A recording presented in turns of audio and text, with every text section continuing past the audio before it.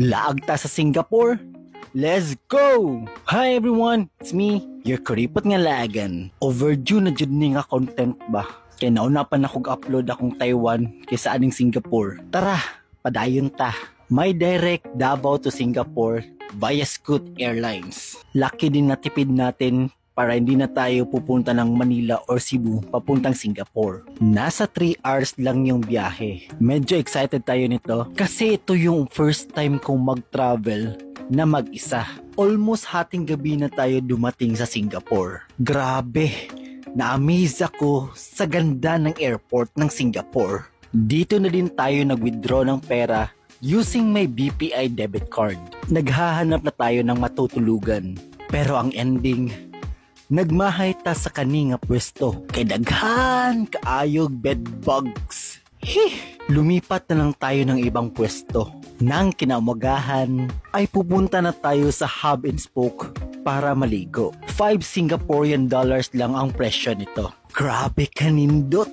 Dito pa nag-sink in ba na nasa SG na pala ako. Macdo Jampong! Pasukin na natin ang pinaka-iconic na landmark sa airport ng Singapore. Ito ay ang Jewel. Dadaan muna tayo sa Pokemon Center. My inner childhood is healing. Is or was?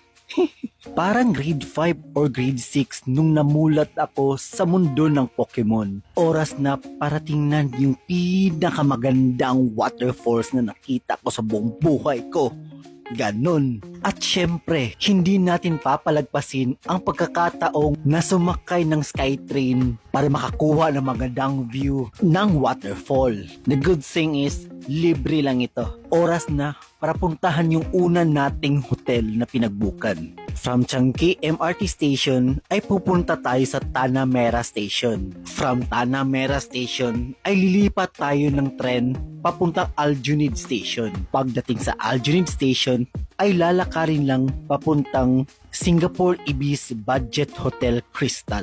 Matatagpuan ito sa Geylang area.